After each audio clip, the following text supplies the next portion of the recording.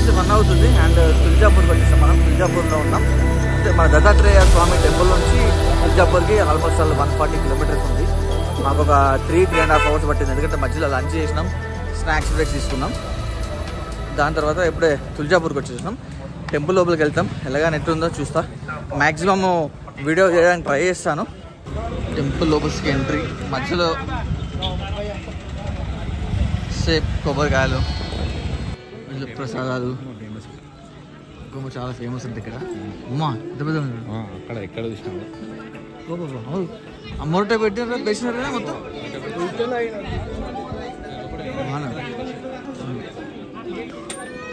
చూపించా. ఇది Rajesh Shahaji మహాద్వార్. Temple entrance వచ్చేసి ఇటీ అనమాట.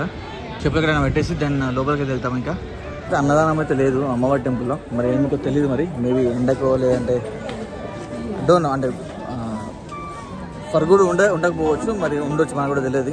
కరెక్ట్ ఇన్ఫర్మేషన్ ప్రస్తుతానికి అయితే అన్నదానం అయితే లేదు. అండ్ చెప్పులు అయితే స్టోర్ చేసుకుంటున్నాం. ఇక్కడ లాకర్ ఉంది అండ్ చెప్పుల స్టోరేజ్ ఉంది. సో పెట్టేసి టెంపుల్లోకి వెళ్ళిపోదాం. ఇక్కడ ఓవరాల్గా 4 ఎంట్రీలు ఉన్నాయి. మేము వచ్చిన ఎంట్రీ అయితే ఈ ఎంట్రీ అండ్ ఇంకొకటి ఆ ఎంట్రీ ఉంది. ఇక్కడ ఇంకో ఈ ఎంట్రీ ఉంది, ఇటు ఒక ఎంట్రీ, మొత్తం 4 ఎంట్రీస్.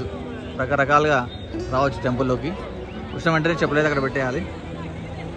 సో నడవలేని వాళ్ళకి, కొంచెం ఏజ్డ్ పర్సన్స్ వాళ్ళకి ఏంటంటే ఆటోస్, ఈ ఆటోస్ అయితే ఉన్నాయి, ఎలక్ట్రిక్ ఆటోస్, ఎలక్ట్రిక్ తుక్తుక్స్ బేబీ లోపల వరకు తీసుకెళ్తారు టెంపుల్ వరకు. సో ఉన్నామా? భక్తులు ఈ గుండంలో స్నానం చేసి అమ్మవారి దర్శనానికి వెళ్తారు.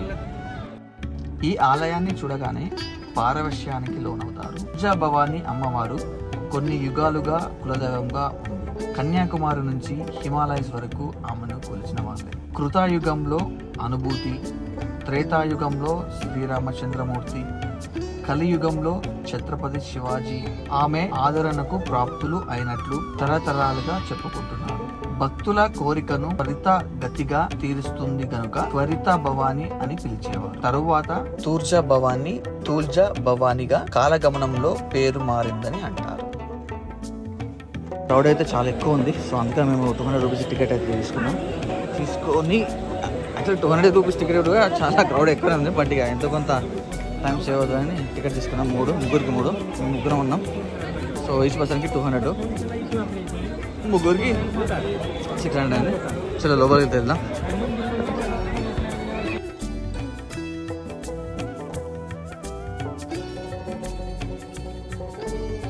అమ్మవారికి పెట్టిన తర్వాత ఇది తీసుకొచ్చి అమ్ముతారు అనమాట. అది తీసుకుంటే కొంచెం మంచిగా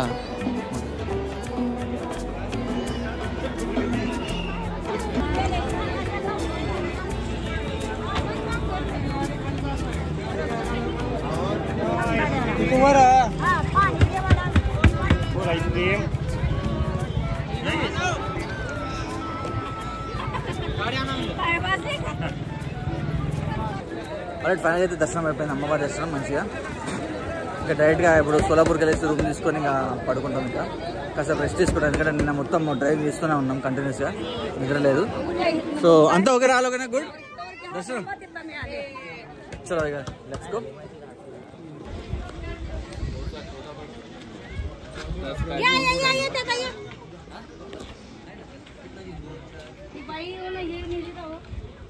దర్శనం చేసుకొని అంతా అయిపోయినాక చెప్పులు గిప్పులు అన్నీ చేసుకొని వెళ్తుంటే దారి మధ్యలో ఒక చిన్న ఘాట్ రోడ్ కనిపించింది. కైండ్ ఆఫ్ ఒక స్నేక్ రోడ్డు. సో దాన్ని డ్రోన్ తోటి షాట్ తీశాను. అది మీకు నచ్చుతుందని అనుకుంటున్నాను. సో వీడియో కనుక మీకు నచ్చినట్లయితే చెప్పు, లైక్ చేయండి, షేర్ చేయండి, కామెంట్ చేయండి, సబ్స్క్రైబ్.